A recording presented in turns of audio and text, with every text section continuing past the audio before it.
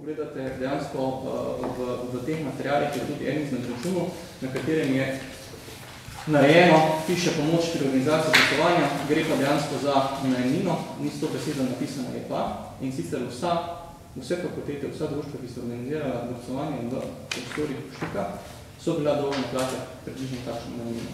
Za prostore, ki jih je univerza daje brezplačno najemnino. To počnejo že dlje časa, s tem, da potem poteka sistem na ta način, da tisti, ki so relativno blizu, študentske organizacije pač ta denar dobijo povrnjen, to pomeni, da študentske organizacije so financirajo, pač tisti, ki pač niso, tiste fakultete, ki pač niso, pač tega študentske organizacije tega vložka ne povrnejo. Ja, to dokazano spet lažejo na univerzi, ne? Nihče nikoli ni plačal €1 najemnine. Bom povedal, kaj se približno krije, pa delče tega se v polni meri krije. Za organizacijo enega glasovanja je potrebnih vsaj 12 redarjev. 12 redarjev, v katerih neko vsak stane 100 €.